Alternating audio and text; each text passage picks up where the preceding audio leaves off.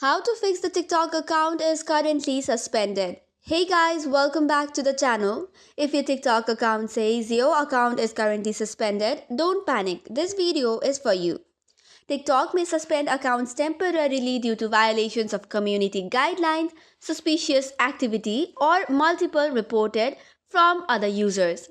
So sometimes it is just an error. To check for this, first of all, you can see for the TikTok violation or account suspended page on TikTok.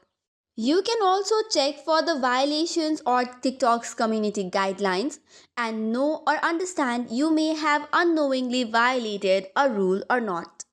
In order to get this solved, you can submit an appeal to TikTok regarding the suspended account or unban your account.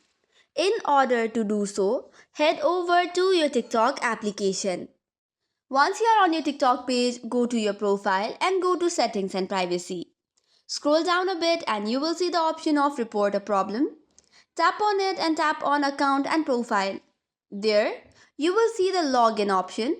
From there, you have to choose suspended account. Now you can explain your situation along with the screenshot. This way, you will get reply within 2 to 3 business days.